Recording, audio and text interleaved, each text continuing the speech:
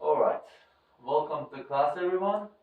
Today we are going to teach you the different types of S, which are property S or apostrophe S and plural S.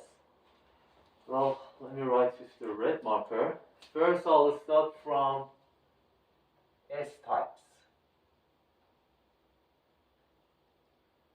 As I told you, the first one is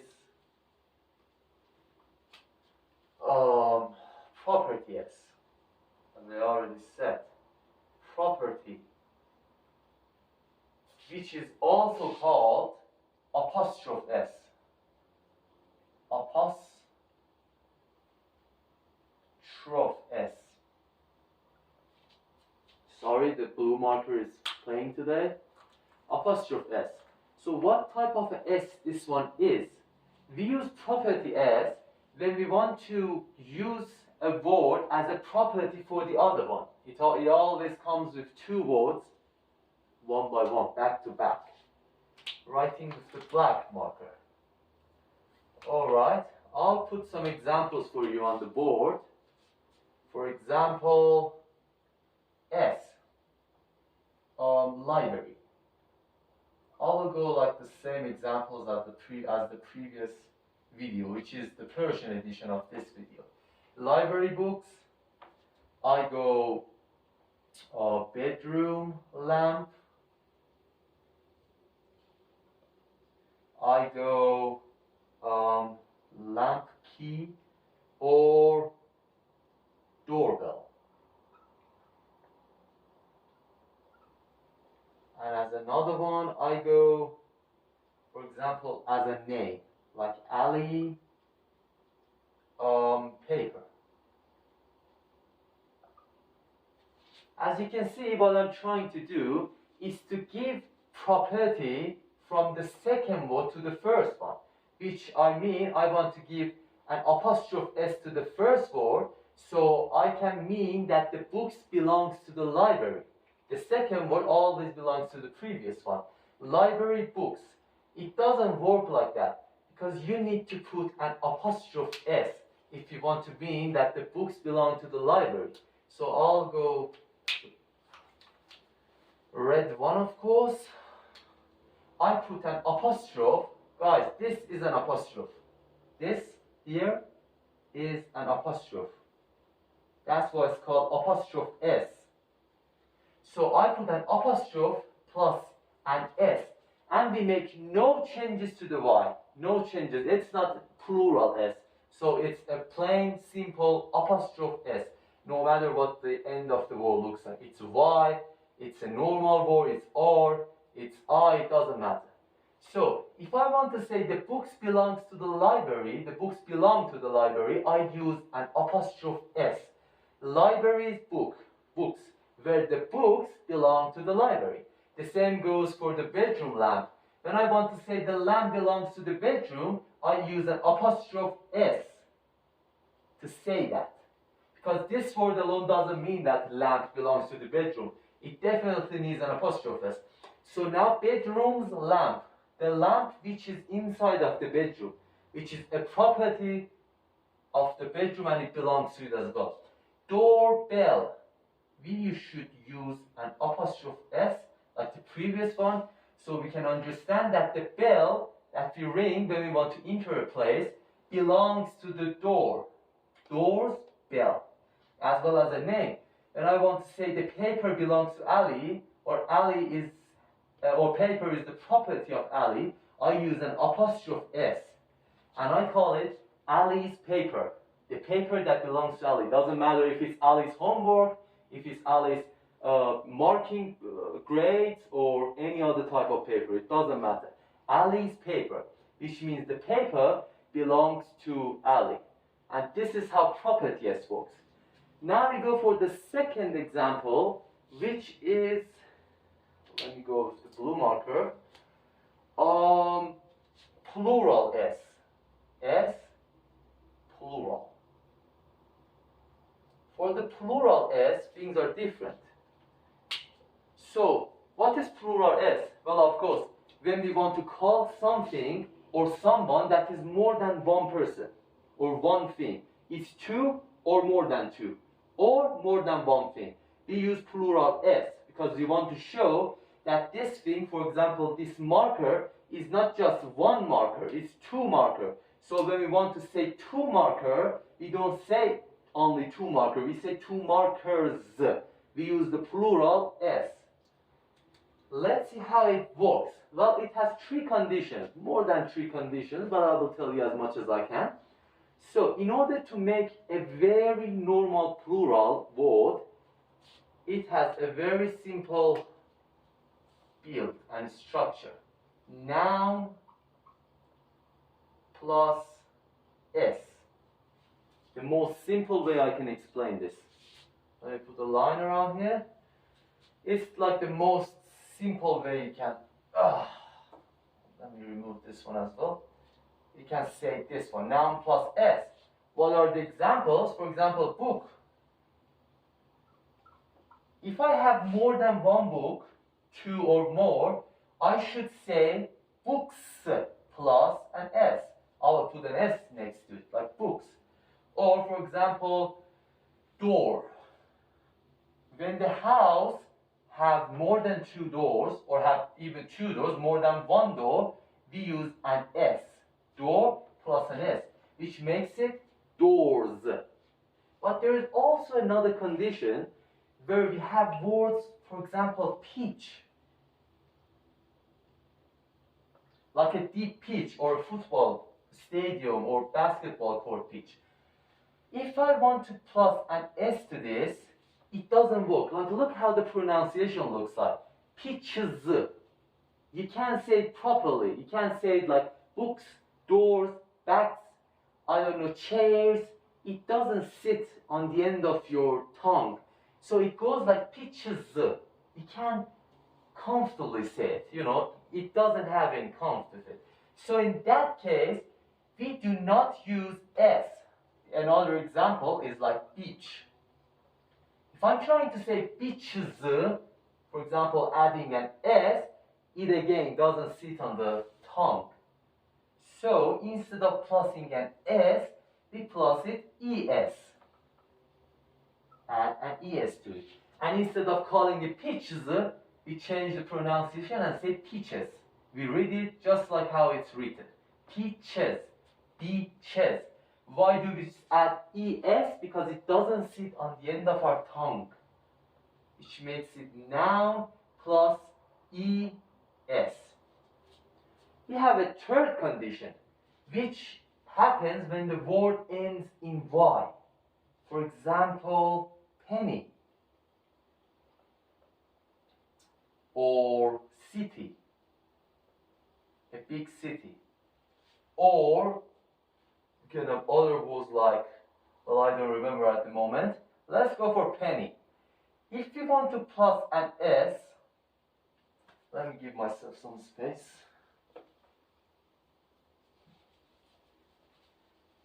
Penny and city.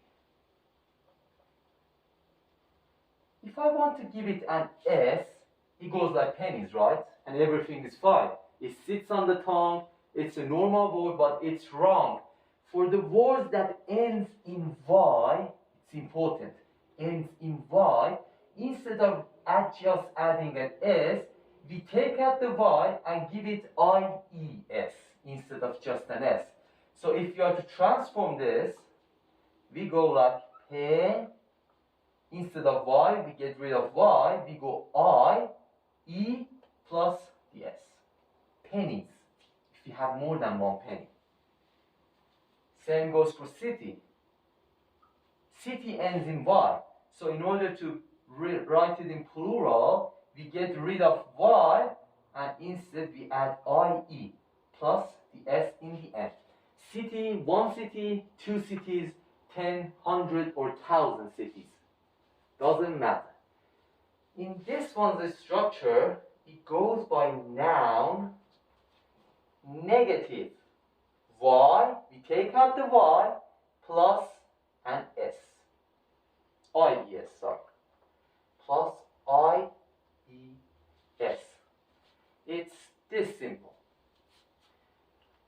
This is how we make plural s when we are using plural form of different words. There are two special conditions which I'm going to tell you. The first one is when we face words like play. Look, this one is a star. It's when we use a word like play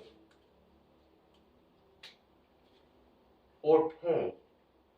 Play or pay.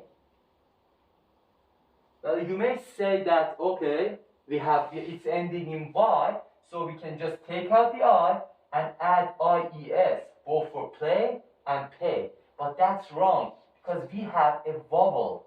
We have 5 vowels in English. A, O, U, I, A. Oh, I forgot the O, yeah. Play. So it has a vowel behind Y.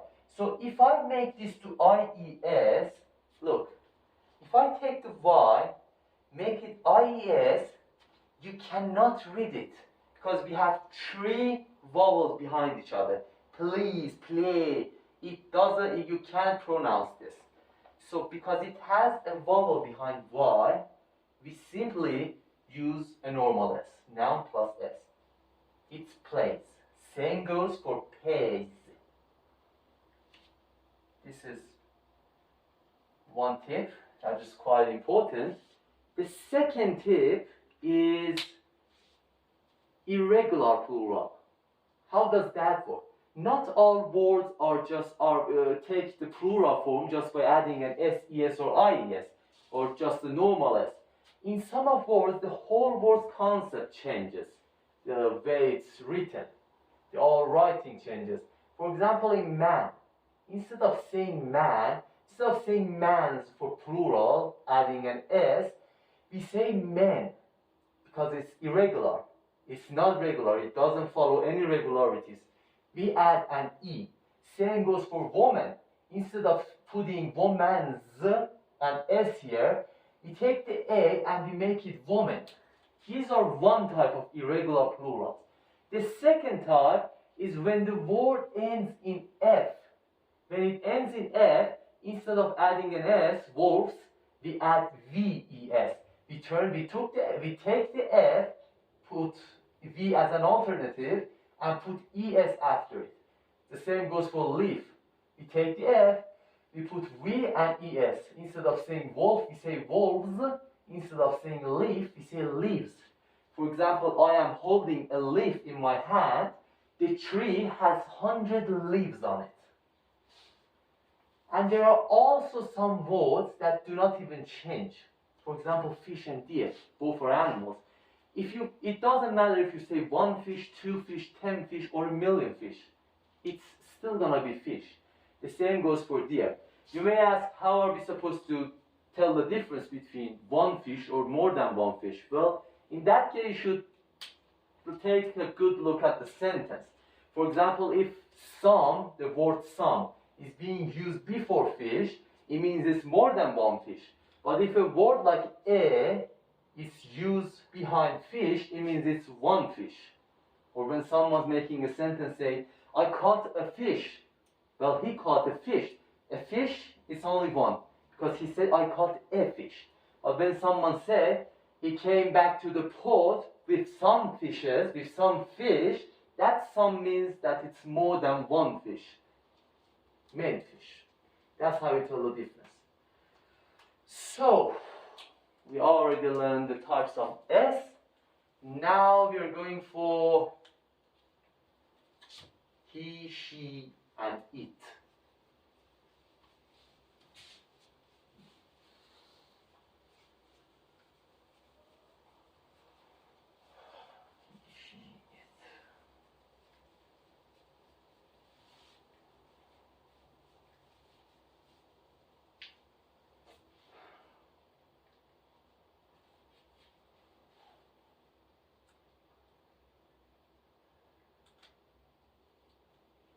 Alright, first of all, I want to give you some verbs so we can use as examples. For example, watch,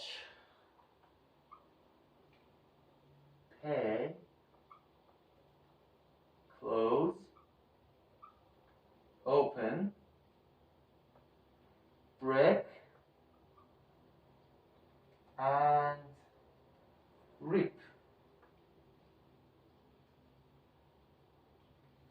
These are sort of examples I wrote for you. We are again going back to sentence structure. I want to explain the he, she, it part because I didn't do it last session. But now that we know what plural is, it's easiest for us to understand. So, I start with the pronouns. I, you, he, she, it, again, he, she, it, which are all the same, and we, you, they, the last one. So I told you last time that when we want to make a very simple sentence, we just use a pronoun and a watch following it. Sorry, a verb following it, like watch. So I can easily say, I watch. Well, and the timings are all present simple. Do not mistake it with anything else. I can say, I watch, I pay, I close, I open, I break, I rip. Or the same goes with you, we, you, they. We break, we open, we close, we pay, we watch. But when it comes to he, she, it, you have to put an S in the end of it, which follows the same rule as plural S. That's why I taught you different S types today. So, if I am to use these verbs in front of he, she, it, for example, he watch, I have to put an S next to it, plus an S. But as I told you, as I taught you the rules and the regularities of plural S, watches, it doesn't sit well on the tongue. So instead of S, I should put an IS. So if I want to say he watch, I should say he watches. It's not the same as I, you, we, you, they. You can't say I watch, we watch, you watch, they watch. But when it comes to he, she, it, you're supposed to add an ES in the end of it. He watches. For example, the second example, pay. He pays plus an S. I told you, it's because of that special circumstance that I told you. Because there is a vowel behind Y, we do not add IES. We go just to normal S. I go for close. She close. You should add an S. She closes. We go for open. Open. She open. You should add an S. She opens. As for the two last, it break. You should add an S. It breaks. And same goes for rip. It rip. Adding an S, it rips. And that's the difference between he, she, it, and the rest of the pronouns.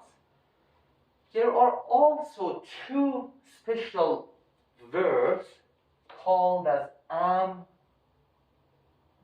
is, and are. And, has, and have. Do not be mistaken, all of these that are on the same line means the same, which means they have the same meaning. They are just one verb. Look, one verb. One verb. Don't mistake it for being more than one verb, like am is one verb, is another, or is another, as same as has and have. No, all of these have the same meaning, or the same verb. Am is or the same, has, have, or the same as well. But you may ask yourself, why is it so complicated then if they have the same meaning as well? Well, it's because they are going to be used as helping verbs in the future in some more complicated and complex sentences. So we'll keep them for later, but I'm going to tell you the uses as well, because each of them are used for one specific pronouns, or two. Here we go. We have I. Let's write it here. I, you, we, you, they, as well as he, she, and it.